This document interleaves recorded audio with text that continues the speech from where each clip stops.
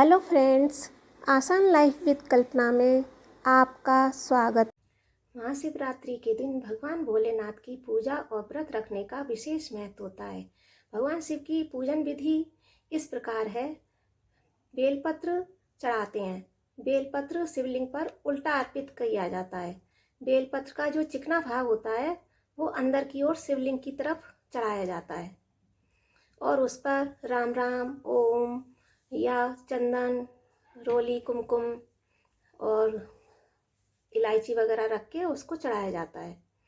बेलपत्र तोड़ने का नियम ये है कि उसको चतुर्थी, अष्टमी, नवमी, चतुर्दशी और अमावस्या की तिथि और संक्रांति के समय और सोमवार को बेलपत्र को नहीं तोड़ना चाहिए, क्योंकि इन दिनों में बेलपत्र को नहीं तोड़ा जाता है। इन तिथियों में तोड़ा गया बेलपत्र अच्छा नहीं रहता चढ़ा, उससे एक दिन पहले तोड़ लेना चाहिए जो भी है।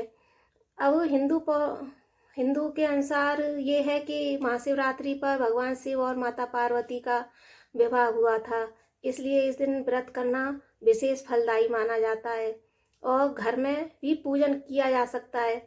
अगर आप मंदिर में नहीं जा पा रहे हैं तो मंदिर की जगह आप घर में भी पूजा कर सकते हैं, क्योंकि घर में भी पूजा विधि का नियम बताया जाता है।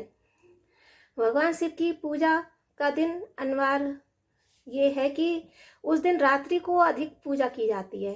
वैसे तो पूरे दिन ही महाशिवरात्रि की पूजन करने का महत्व है और रात में विशेषकर माना जाता है।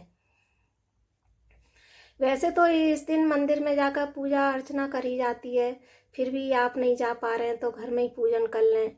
और भगवान शिवरात्रि के दिन भगवान शिव को पंचामृत से अभिषेक करें, चंदन का तिलक लगाएं, बेलपत्र, भांग, धतूरा और गन्ने का रस, जायफल, गट्टा, मिष्ठान, मीठा पान, इत्र, वस्त्र और शिव जी के सम्मुख दीपक जलाएं और केसर युक्त खीर का भी भोग लगाएं।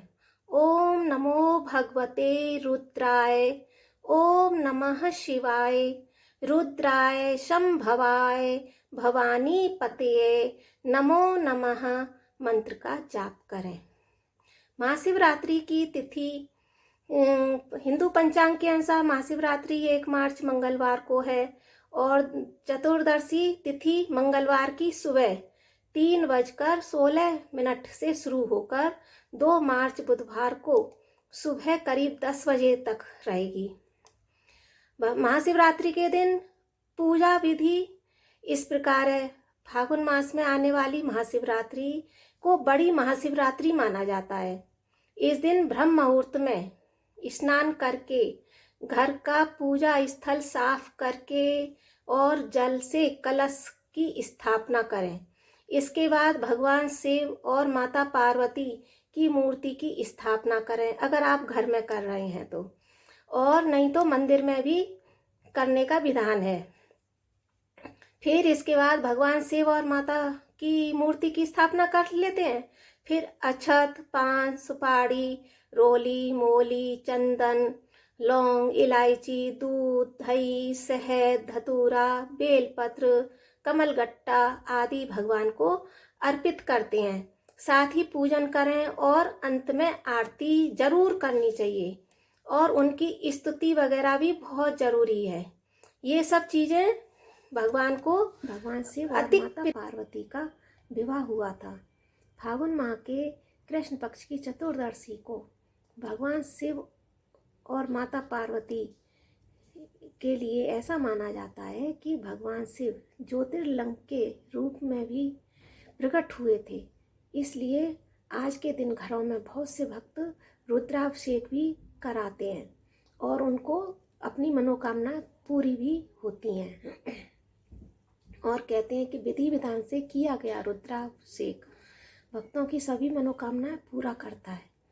और इस दिन बेलपत्र से पूजा करने पर आर्थिक परेशानियों से छुटकारा मिल जाता है।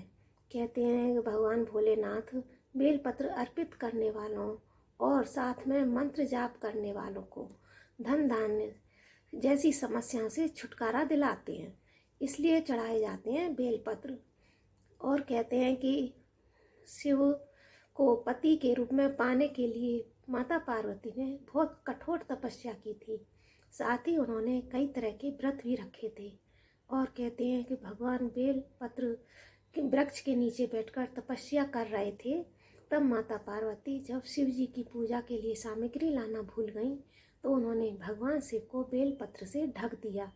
इस तरह भोलेनाथ बहुत अधिक प्रसन्न हो गए और तब से भोले शंकर पर बेल पत्र चढ़ाने की परंपरा हो गई। कहते हैं भोलेनाथ बहुत ही दयालु हैं और थोड़ी सी भक्ति भाव से ही वो प्रसन्न हो जाते हैं, खुश हो जाते हैं। भोले की पूजा और साथ में बेल पत्र से आर्थिक समस्याएं दूर हो जाती हैं। और कहते हैं शादीशुदा व्यक्ति अगर भोलेनाथ को बेल पत्र चढ़ाए तो उसका वैवाहिक जीवन खुशहाल हो जाता है और संतान सुख की प्राप्ति होती है। भगवान शिव 11-21 बेल पत्र चढ़ाएं। इस तरह से ध्यान रखें, कोई भी बेल पत्ती कटी पिटी छटी नहीं होनी चाहिए। इसके बाद इन्हें शुद्ध पानी से साफ करें और फिर गंगा जल से शुद्ध करें। इसके बाद इन सभी बेल पत्रों पर चंदन से ओम लिखें। इसके बाद इत्र छिड़क कर ओम नमः शिवाय मंत्र का जाप बोलते हुए शिवलिंग पर बेल पत्र चढ़ाएं।